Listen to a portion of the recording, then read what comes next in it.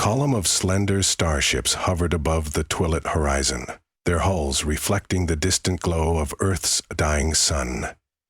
From the surface, the vessels looked almost serene, resting like hummingbirds of steel and alloy in the planet's upper atmosphere. Yet anyone watching them knew they heralded the silent gaze of an overlord empire, the triumvirate coalition, that had subjugated Earth generations ago. Though the coalition rarely set foot on the ground anymore, preferring to rule from orbit, they never lost their grip on humanity's future. In the sprawling megalopolis of Dawnlight City, that grip was a chokehold. Every day, tritonal propaganda broadcasts thundered from towering screens, reminding citizens to be obedient.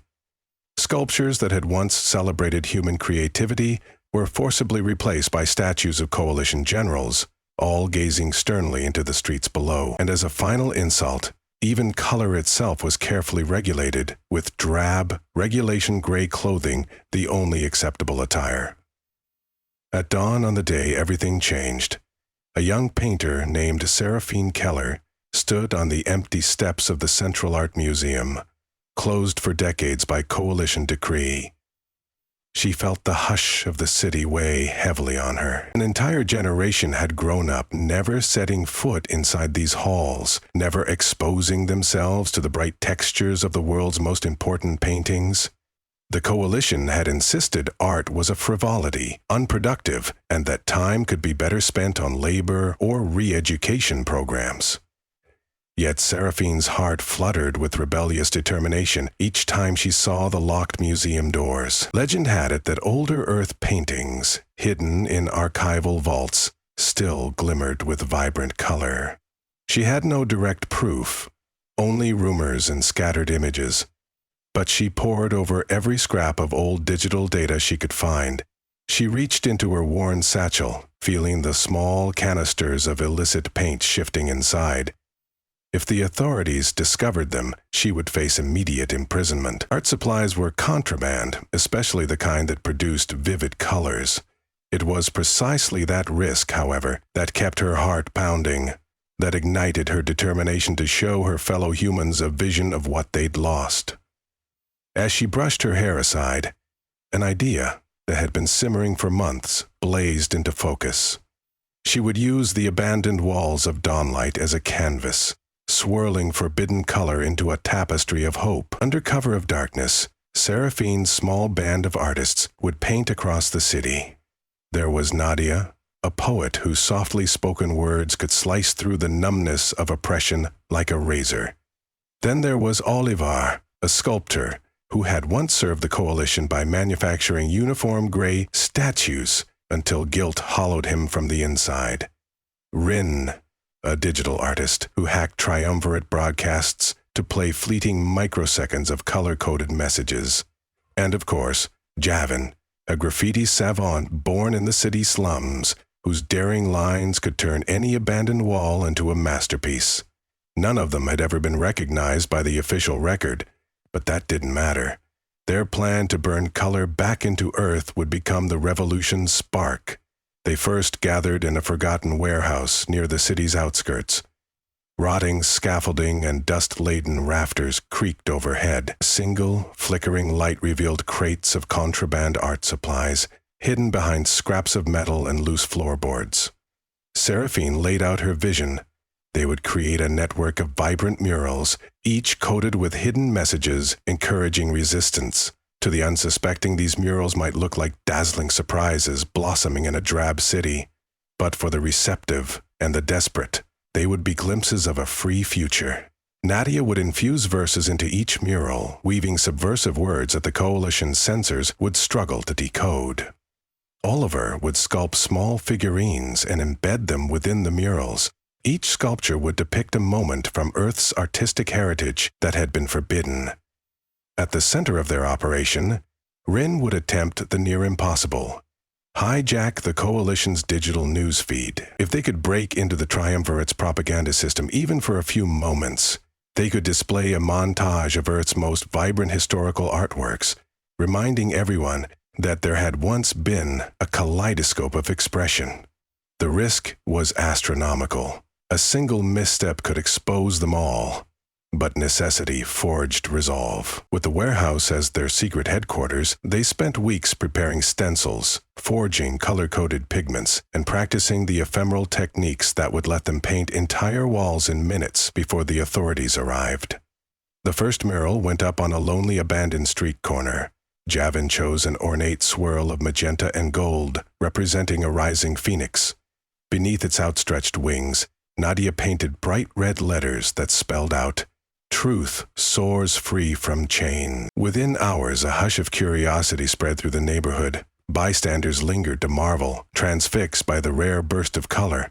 The coalition's patrol drones soon arrived, scanning the street with strobing spotlights.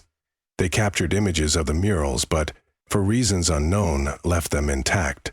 Perhaps their superiors had not yet determined a suitable response. Or perhaps they underestimated the potency of this seemingly benign act of creativity. Regardless, the mural remained, and rumors spread across Dawnlight City that color and art had returned. Javin and Seraphine, emboldened, saturated the city's walls with their defiant brushstrokes. Blue stallions raced across an old factory's perimeter. A pair of dancers, rendered in shimmering greens and silvers, spanned the side of a deserted school. By the next week, 5 more murals had emerged, each accompanied by Nadia's cryptic lines of resistance. The population began waking from the monotony. People gathered in hushed conversations on street corners, some wearing small tokens of color in defiance of the gray laws.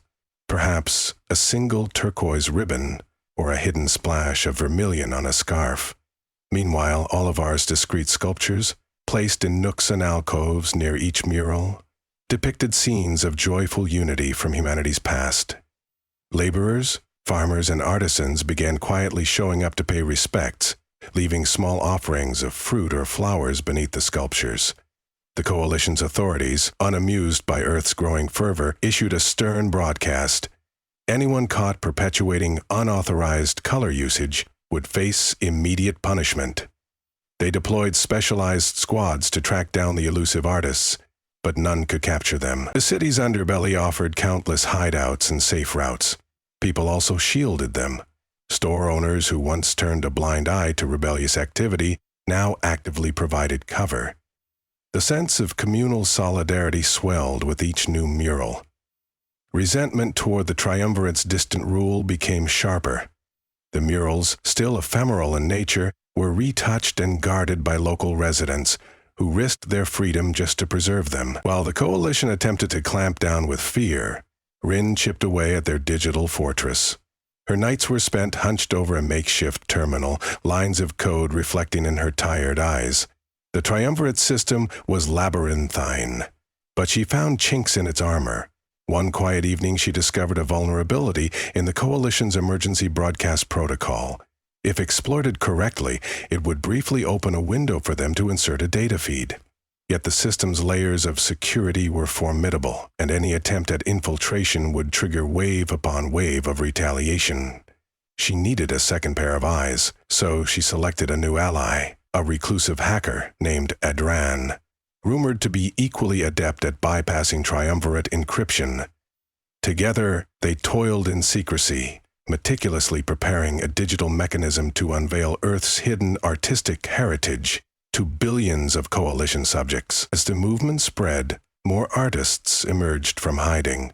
A half-dozen clandestine events took place in abandoned theaters, where dancers performed dangerously expressive choreography, unapproved by the regime.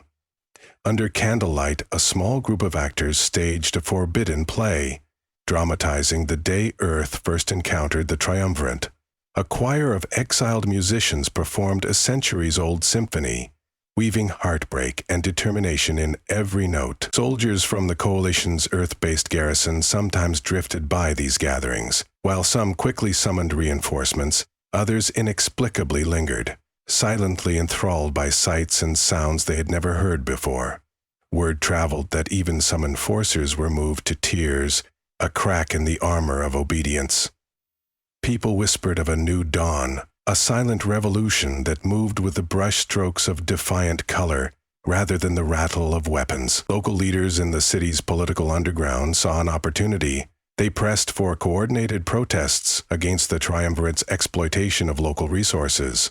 But Seraphine insisted the revolution remain centered on cultural awakening, believing that art could unify Earth's scattered population better than any single political ideology. "Let the brush speak," she would say. "Let the poem breathe. The people will find their own power." And so the unstoppable tide of expression flowed on, forging alliances across the city's battered soul. Eventually, the triumvirate realized mere intimidation was insufficient. They declared martial law in Dawnlight City. Curfews came, stifling the night, but not the creativity. Patrol drones multiplied, scanning every corner for contraband. Propaganda screens showed repeated warnings, depicting outlandish videos of so-called art terrorists. Yet, the more the authorities vilified them, the more the artists became folk heroes. The triumvirate's brand only reinforced the notion that creativity was a potent weapon. Newly emboldened, families who had once cowered at home now laid out small paintings in windows or chalked bright designs on sidewalks. Each act, whether large or small, added to the collective chorus of artistry. One night, with tension brewing in the air, Javin was nearly captured. He had lingered too long on a mural of wrestlers locked in a rainbow-hued struggle meant to symbolize humanity's internal battle for freedom. A patrol drone turned the corner, scanning the alleyway. Javin dove behind a stack of crates, heart hammering. The drone paused, shining a harsh light on the fresh paint. As it began scanning for heat signatures, he prepared for the worst. Suddenly, a figure appeared down the street, emerging from the shadows. It was an elderly woman, a caretaker from one of the city's orphanages. By deliberately stepping into the drone's field of view and feigning confusion, she lured it away. Her single act of bravery allowed Javin to slip away, adrenaline surging. The city itself was becoming their ally. As the coalition's crackdown intensified, Rin's hacking window finally arrived. A force system reboot was scheduled for the Triumvirate's entire Earth-based broadcast network, an annual update meant to fix vulnerabilities. In that narrow gap, Adran and Rin could race past the rotating firewalls. With fidgeting hands, Rin initiated the infiltration in the hidden warehouse, while Seraphine and the others stood guard. Parallel lines of code soared across her monitor. One by one, the coalition's security layers cracked open. For a tense minute, sirens seemed to echo in Rin's mind, though no actual alarms had gone off. Then, with a final keystroke, she gained access. Her heartbeat thundered as she triggered the prepared media feed. A montage of Earth's stolen artistic treasures from centuries ago. The dusty archives of the museum were laid bare in high resolution. Lush Renaissance canvases, swirling impressionistic seascapes, the shimmering gold icons of ancient civilizations, radical abstract shapes bursting with color.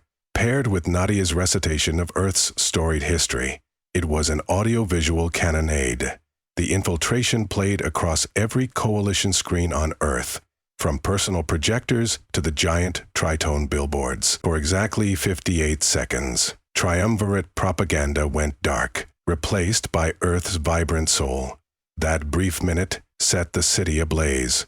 People rushed into streets mid-broadcast, tears of awe rolling down their cheeks at the brilliance of the once-forgotten works. Whispers turned to cheers, cheers to roars. In the midst of this elation, local enforcers scrambled to restore order, yet that 70-year-old caretaker returned, leading a procession of orphans who carried small, hand-painted signs that read, "Art is freedom." Passers-by joined them, chanting for liberation, chanting for truth. The triumvirate's illusions of stability cracked like delicate porcelain. On the coalition's orbiting command ship, Admiral Velshar seethed at the infiltration.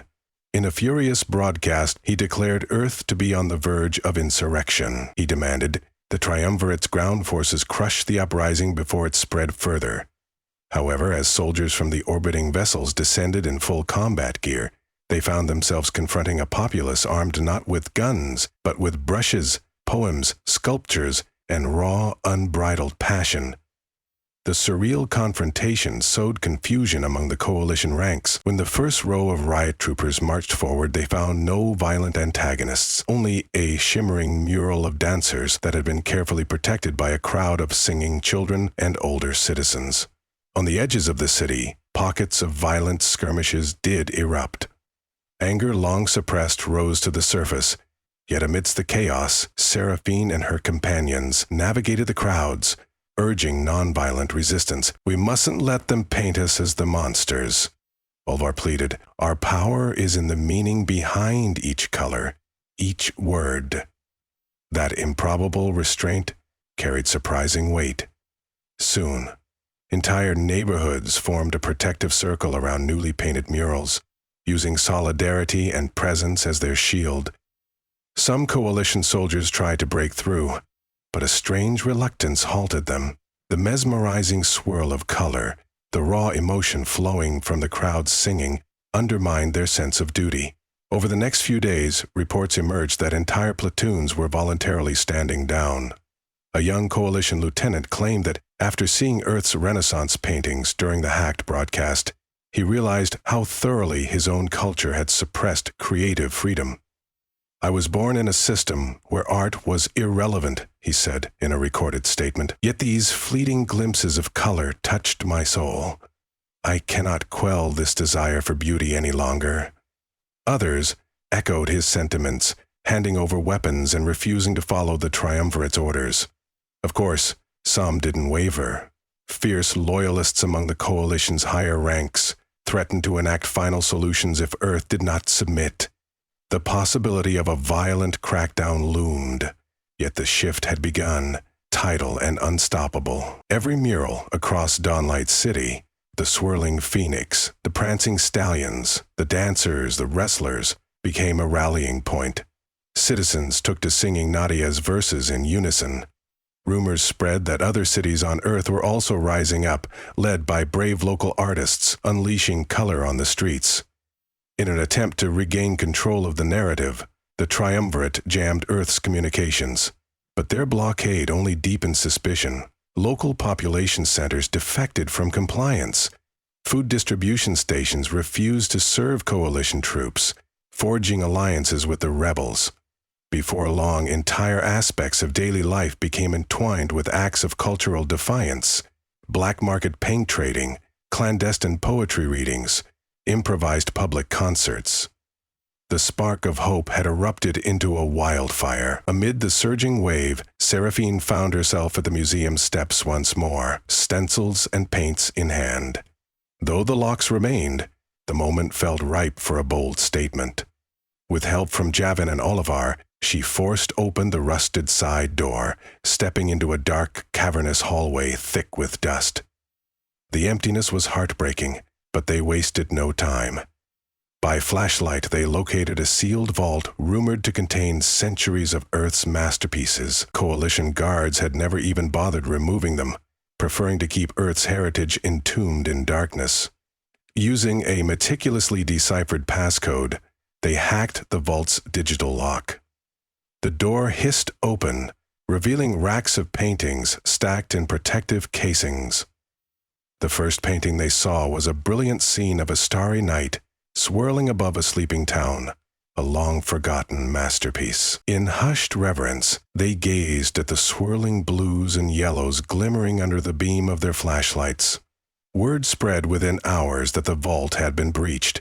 A crowd gathered outside the museum, chanting for the unveiling of their hidden artistic heritage. Though the triumvirate tried to dispatch reinforcements, many squads refused to open fire on an unarmed crowd eager for something as innocent, yet transformative as the sight of a painting. So one by one, the artists carried out these canvases. They arranged them in the grand hall, letting the public see them for the first time in generations. Gasps and tears filled the dusty corridors as families walked among the majestic artworks, each painting reflecting humanity's ability to dream, to envision, to transcend. Every stroke of paint served as a reminder that, Oppression did not define them. The coalition's power had always relied on fear and the denial of expression, but the more humans reconnected with their creative inheritance, the weaker the triumvirate's grasp became. Conversations that had once been stifled by the dryness of daily survival now burst forth, filled with philosophical debates, personal yearnings, and unity. Even moderate officials who had once turned a blind eye to the coalition's censorship came forward. Inspired by the cultural explosion, they saw that Earth's spirit wasn't debased or primitive after all. It was vibrant, diverse, and capable of immense beauty. Days turned into weeks of mounting tension as the triumvirate tried one last desperate measure. Orbiting ships targeted Earth's major cities with a dreaded shockwave technology designed to incapacitate entire populations. The aim was to quell the unrest and reclaim total dominance. But as the coalition prepared to fire, their own ranks broke apart in space. Dozens of pilots, engineers, and officers had been watching the hacked broadcast in the station lounge, seeing glimpses of Earth's unfolding artistic resurgence. Some of the younger recruits, moved by a longing for something more meaningful than subjugation, refused to pull the final trigger. A mutiny erupted on the flagship. Shots were fired, and Admiral Velshar's loyal guards found themselves confronted by an internal rebellion. From the ground, Earth's population watched the swirl of lights in the sky as triumvirate vessels broke formation. Panicked transmissions floated in the night air as the coalition starships turned tail in a partial retreat. The once looming threat gave way to a stunned, uncertain hush. Celebrations erupting in the streets mingled with the uneasy knowledge that more challenges lay ahead. The triumvirate's dominion might not entirely collapse overnight, but its vice-like hold was weakened. In the post-midnight glow, new murals emerged across dawn's earliest canvas. 1,000 artists took to the streets, painting the swirling cosmos filled with possibilities. To maintain momentum, regional assemblies formed in the open. Representatives from across Earth's scattered cities converged.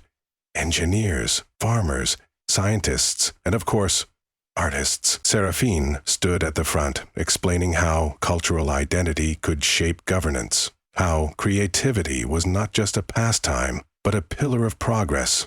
Nadia recited stirring poems about forging a society defined by empathy and solidarity, borrowing lines from Earth's various heritage languages.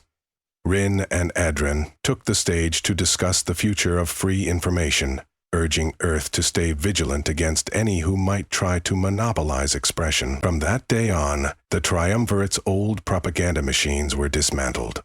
The towering screens once used to spew daily monotony were converted into communal digital galleries. Children learned to read and write, not from cold instruction manuals, but from painting, poetry, and music. The gray uniform was tossed aside, replaced by a swirl of personal style that reflected each person's essence. In just a few short months, even the dust-choked corners of the megalopolis began to blossom. Music spilled from balcony to balcony. Street theater flourished. Public sculptures soared in newly cleaned parks. Although the triumvirate still existed elsewhere in the galaxy, Earth had reclaimed its soul, forging a path based on the lessons of this cultural uprising. Other subjugated worlds, hearing tales of Earth's artistic revolution, secretly began adopting similar tactics. Poets would encode rebellious verses in lullabies. Sculptors would place hidden symbols within statues meant to glorify oppressive leaders. In time, the entire triumvirate network felt these soft yet relentless tremors. What had never been accomplished by brute force was now taking hold through the universal language of art. High above it all, the once threatening starships no longer hovered with the same ominous presence. Earth's cities gleamed with brilliant murals that served as a testament to the unbreakable will of a people who had used brushes, words, and melodies to liberate themselves. Scifi often strolled through these streets at sunset. The air felt electric with possibility, echoing the songs of a free people, discovering they could define their own tomorrow. Ages later, historians would remark that rarely in the annals of civilization had so simple a concept be beauty expression and creativity toppled such an elaborate regime. But there it was, plain to see on every painted wall, on every actor's stage, on every web page newly freed from censorship. Art had become humanity's greatest weapon, and with it, they had reshaped their destiny.